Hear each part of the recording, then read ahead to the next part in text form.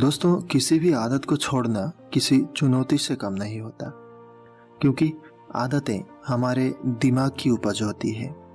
इसीलिए इसे पीछा छुड़ाना बहुत ही कठिन होता है। यह कहना भी गलत ना होगा कि आदत बनाना आसान होता है, परंतु उसे बदलना बेहद कठिन।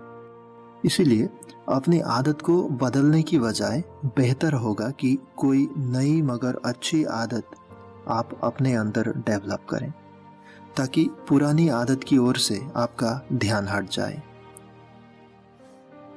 एक बार भगवान बुद्ध अपने कुछ अनुयायियों के साथ एक गांव से गुजर रहे थे।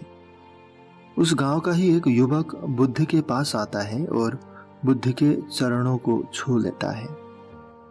बुद्ध उसे उठाते हैं और उस युवक से पूछते हैं, क्या हुआ? तुम इतने चिंतित और परेशान क्यों हो?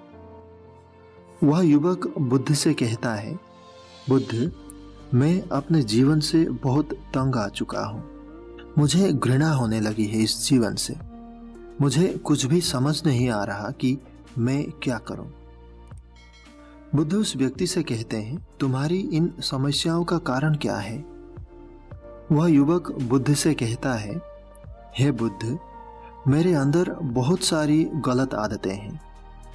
मैं एक बहुत बुरा इंसान हूं। बुद्ध कहते हैं, कौन सी बुरी आदतें हैं तुम्हारे अंदर?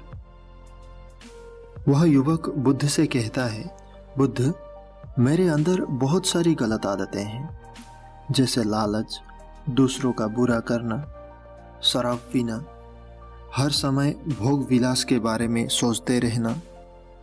मेरे दिमाग में हर समय वह बातें चलती रहती है जिनसे मुझे आज तक संतुष्टि नहीं मिली है। कभी कभी तो मैं यह समझ ही नहीं पाता कि मैं मानव हूं या दानव। मैं जानता हूं कि मेरी सभी समस्याओं का समाधान आपके पास है। कृपा कर मेरी मार्गदर्शन कीजिए बुद्ध। बुद्ध उस युवक से कहते हैं, मैं तुमसे जो भी कहूँगा शायद तुम वह बात समझ न पाओ, इसीलिए मैं तुम्हें एक छोटी सी घटना बताता हूँ। एक बार एक राजा का बेटा एक संत के पास जाता है और संत से कहता है, हे प्रभु, मैं अपने जीवन से हार चुका हूँ। मैंने अपने जीवन में हर चीज का आनंद लिया। मेरे पास धन की कोई कमी नहीं है। मेरे पास राजपाट है, लोग मुझे आदर देते हैं, मुझे सम्मान देते हैं और मैं हमेशा से ही भोग विलास में लिप्त रहा हूँ। पर कहीं ना कहीं मेरे अंदर एक खालीपन है। मैं चाहता हूँ कि मैं इस खालीपन को भर लूँ। आप मेरी मार्गदर्शन करें। मैं जीवन को जानना चाहता हूँ। मैं सब मोह माया छोड़ कर आया हूँ।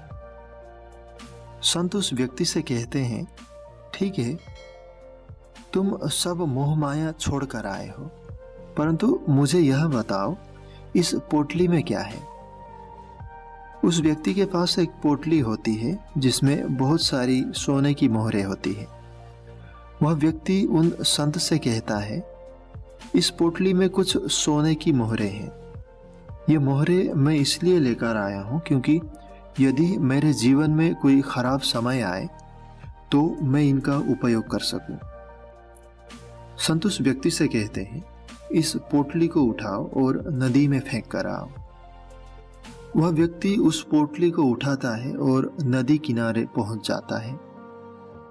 वो मोहरें उस व्यक्ति को प्रिय थे, इसीलिए वह सोचता है कि सारी मोहरों को एक साथ डालने से अच्छा है कि मोहरों को एक एक कर कर डालो, गिन गिन कर डालो। तो वह पोटली को खोलता है और एक एक कर कर मोहरें नदी में डालने लगता है। मोहरें बहुत ज्यादा होते हैं, जिसके कारण उसे बहुत समय लग जाता है। संत बहुत समय प्रतीक्षा करने के बाद नदी किनारे पर उस व्यक्ति के पास पहुंचते हैं और उससे कहते हैं, यह तुम क्या कर रहे हो? वह व्यक्ति संत से कहता है, आपने ही तो कहा है कि मैं इन मोहरों को नदी में डाल दूं, इसीलिए इन्हें मैं नदी में डाल रहा हूं। वे संत उस व्यक्ति से कहते हैं, जिस तरह तुम इन मोहरों को नदी में डाल रहे हो, उसे दो बातें स्पष्ट होती हैं। पहले तो यह कि तुम्हें इन मोहरों से बहुत लगाव है, जिसके कारण तुम इन मोहरों को नदी में गिन गिन कर डाल रहे हो। और दूसरी बात यह है कि जो मंजिल तुम केवल एक कदम में पूरी कर सकते थे, उस मंजिल को पूरी करने में तुमने हजारों कदम लगा दिए हैं। मेरे कहने का तात्पर्य है कि जिस काम को तुम एक बार में कर सकते थे, उस काम को पूरा करने में तुमने बहुत ज़्यादा समय लगाया है। बुद्ध उस व्यक्ति से कहते हैं, यदि तुम सच में थक चुके हो, यदि तुम सच में अवसाद से घिर चुके हो अपनी बुरी आदतों के कारण, तो तुम उसे छोड़ सकते हो। पर इसके लिए कल का इंतजार मत करो, अभी से इन्हें छोड़ो। दोस्तों, यह कहानी से यही निष्कर्ष निकलता है कि हम जब भी कोई गलत आदत को छोड़ने की सोचते हैं, हमें एक तीव्र संकल्प शक्ति से उसे छोड़ देनी चाहिए और एक झटके में ही उसे छोड़ देनी चाहिए।